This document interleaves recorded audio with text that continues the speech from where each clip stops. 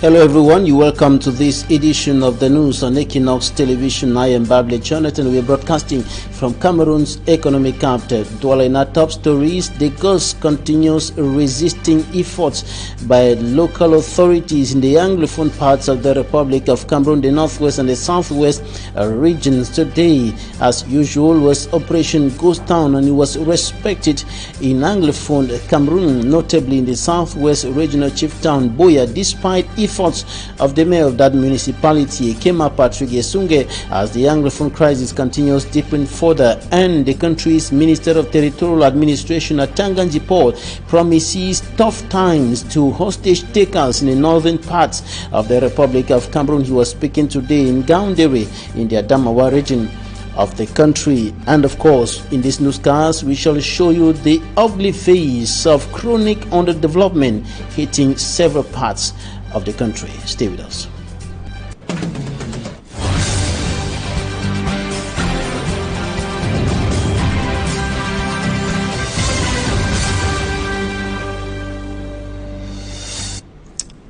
Despite efforts of local authorities in the southwest region of the Republic of Cameroon hit by socio-political and security crisis for close to 3 years today, Operation Ghost Town is still respected in the town of Boya since it was declared by pro-independence fighters. The streets remained empty today, as it is the case every Monday. The streets were simply empty, void of persons and motorbikes.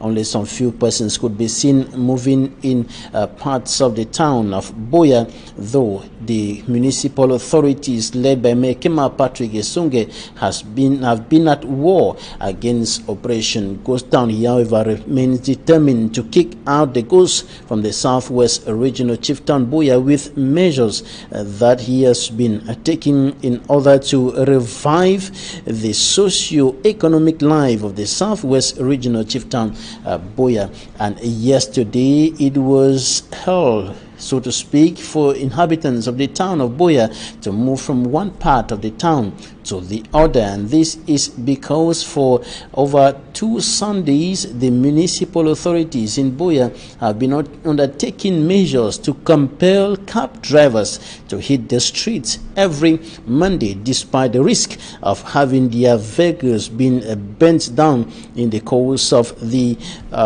Operation Ghost Town that is respected every Monday. Reports streaming in indicate that taxi drivers in the southwest regional chief town Boya are compelled, with the aid of forces of law and order, and of course security forces, to park their cabs in the premises of the Boya Council in order to compel them to hit the streets of the town of Boya on Monday. Their private documents, according to information streaming in from some taxi drivers in Boya, are equally seized, including their driver's licenses and identification documents, and they have been compelled to hit the streets on the Monday despite the Operation Ghost Town. But this has seemingly not been working to a greater extent, that the streets of Boya have continued to be empty on Mondays. Operation Ghost Town is respected in Boya to a certain extent, and equally respected in other parts of Anglophone Cameroon, the northwest and the southwest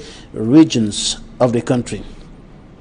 And we continue talking about the Anglophone crisis with local administrative authorities who are now stepping up efforts to bring the people who have been displaced out of the bushes into their homes. They have been calling on them to leave the bushes and come back home, those who have been displaced, and even the pro-independence fighters who have been promised by government that they will be well treated, they will be protected and reintegrated into the normal life trend by the Disarmament, Demobilization and Reintegration Committee created by the President of the Republic, led by former Governor Fai Yengo Francis. Derek Jato reports on Boya. At a time that the Cameroon government is intensifying calls for all in the bushes to come home, on the grounds that they can't build their future from the bushes, not leaving out campaigns for reintegration, Mr. Fowang Lawrence, Senior Divisional Officer for Njan Division, re-echoed these messages in his recent outing, but frowned at some security forces for their excesses. Sources said there was an attack here in Mondemba, chief town of Njan Division, and arrests were later made. Report also have it that some security forces allegedly took 370,000 francs from the individuals that were arrested for exchange of their freedom, describing it as unlawful and something that should not repeat itself. Mr. Fowan Lawrence, the senior divisional officer and commander-in-chief of Njan Division, said suspect must be tried. If guilty, they should be sentenced, and if innocent, they should be acquitted.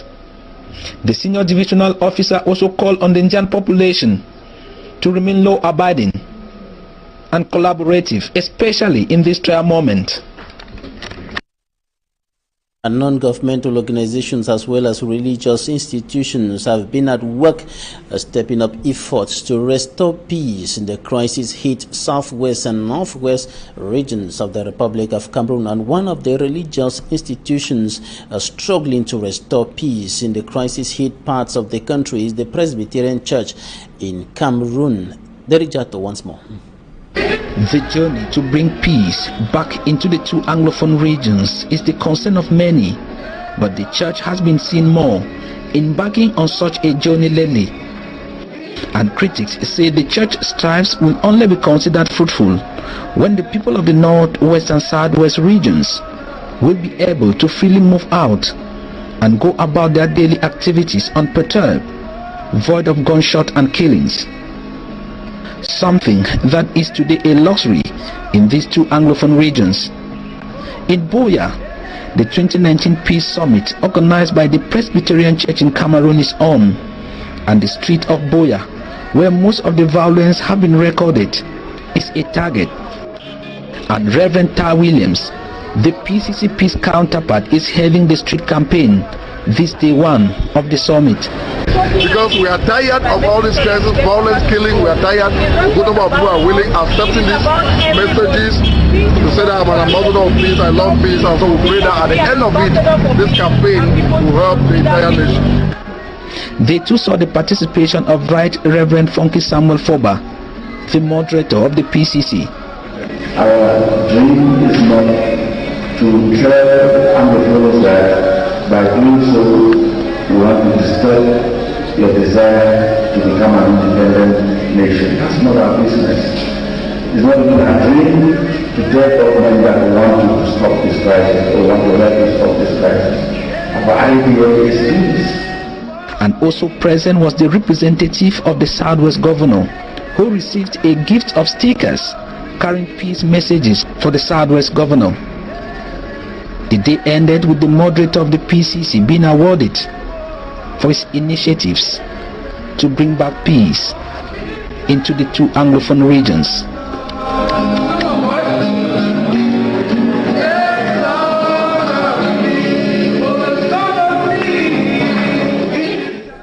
The two Anglophone regions of the Republic of Cameroon that have not known peace for close to 3 years today, since the Anglophone crisis quickly switched from a peaceful protest to an armed conflict in October 2016, and the situation has continued deepening in the two Anglophone regions of the country, with recurrent gun battles, killings, abductions, destruction of properties, arrest of persons going on in the two Anglophone parts of the country, while government continues struggling to find solutions, notably through the military way, as the President of the Republic has repeatedly called on the pro-independence fighters to leave the bush and come back into the normal trend of life and be reintegrated by the Disarmament, Demobilization and Reintegration Committee. But seeing that the call has not been yielding fruits, he promised a military crackdown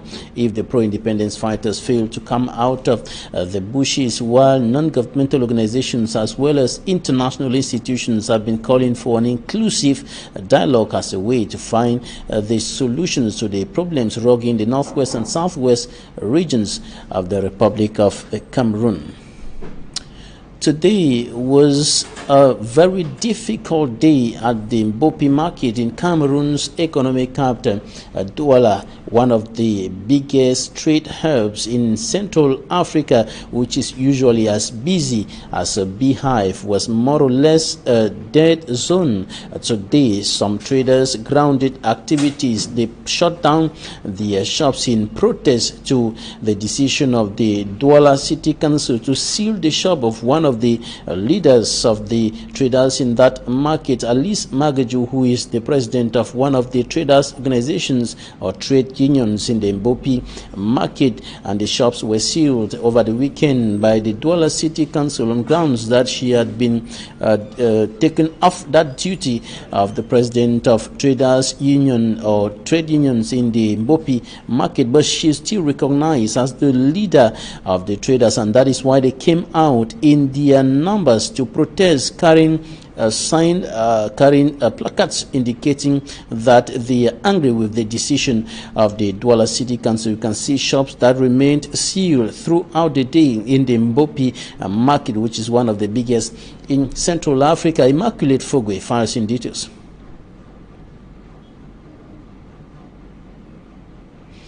Immaculate Fogwe with that report on what happened today in the Mbopi market here in Douala. Should indicate that over 10 traders were arrested as forces of law and order arrived at the market to maintain some peace as a result of the disorder that was going on in that market today. Immaculate Fogwe. We'll be coming back to that report subsequently, and I told you in the headlines that we'll be showing you the ugly face of chronic underdevelopment affecting several parts of the Republic of Cameroon, from parts of big cities like Yaoundé and Douala right into the hinterlands. Several parts of the Republic of Cameroon are underdeveloped and begging for basic necessities, including roads, portable water, electricity, and others. And a case in point in this newscast is the locality of Minta in the central region of Cameroon. This is the only source of potable water in the entire village of Minta, in the Upper Senegal Division, Central Region of Cameroon. Minta is hit by chronic water crisis. The lone borehole was constructed by Kotko at the DO's office. Fortunately, the DO is very generous and allows the population to fetch water from there. Otherwise, we would have already died. All the other boreholes in Minta are out of use. Inhabitants are obliged to run to streams and rivers to fetch water and for other activities. Inadequate supply of electric energy is another problem plaguing the locality. Minta has been deprived of electricity for several months. For more than a year and a half, we don't have electricity. Without electricity and water, it is really difficult. Income generating activities have been slowed down. Several persons like this Baba are now compelled to use generators. On n'a pas de courant d'électricité ici. On fait vraiment comme ça. The subdivision is rich, notably in terms of forest resources, but it is not benefiting from the exploitation of its resources. Pourquoi est-ce qu'on ne peut pas venir nous créer un forage avec les revenus de forêt? Why can they not use revenue from forest resources to construct boreholes in the village? Cameroonians want water, electricity, good health, but there are greedy people filling their pockets. De bourrer leur poche. Si on nous a confié, if the improvement of the people's living conditions has been entrusted into our hands, we will work to deserve their trust. Pour mériter leur confiance. Created 60 years ago, Minta subdivision has a population of more than 15,000 inhabitants, begging for help from the Yaoundé administration. Coming up, we take a look at the problem of rising youth unemployment in the Republic of Cameroon. We take a look at the situation of some young people in the west region of Cameroon who are now involved in some small activities that help them to put food on their table while waiting for the day they will get a job or will be able to create an enterprise. For the President of the Republic of Cameroon has been calling on young people to be daring and to be to create initiatives that can generate employment in the country and, of course, income. Innocent.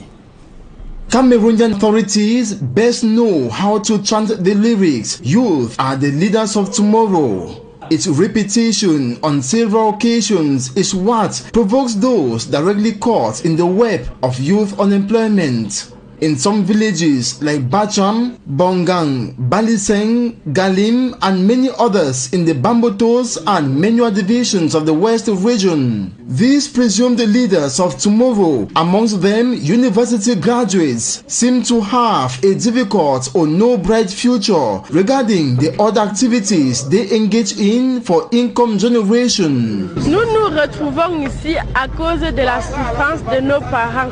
Most of them, especially young girls, are hired to work in the farms for a token which at times are still exploited by their contractors. Et on nous paye 1000 francs la journée. Parfois même on diminue l'argent, disant que nous avons mal travaillé. Each day, these youths, whose parents are unable to raise money for school fees, cluster at roundabouts with farm tools, waiting for a motorbike to transport them to the farms or to be hired.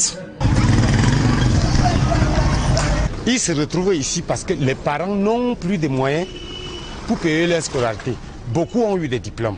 Ils sont au quartier avec les parents. All for sustainability and to kill idleness in the quarters while their mates are in classrooms. They appeal government helps convert them to be true leaders of tomorrow instead of slaves.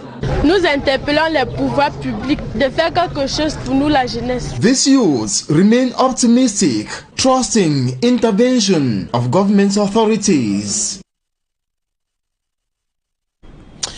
And that's it for this edition of the 6 p.m. primetime newscast on Equinox Television. But before we go, we should indicate that out of the country, campaigns are ongoing in Nigeria and Senegal ahead of upcoming elections. Campaigns started yesterday in Senegal, and in Nigeria, Vice President Osinbajo survived a helicopter crash yesterday or over the weekend as he went campaigning ahead of elections in that country. He and President Muhammadu Buhari are seeking re-election in the upcoming elections in the Federal Republic of Nigeria. Thanks, ladies and gentlemen, for staying with us. Goodbye.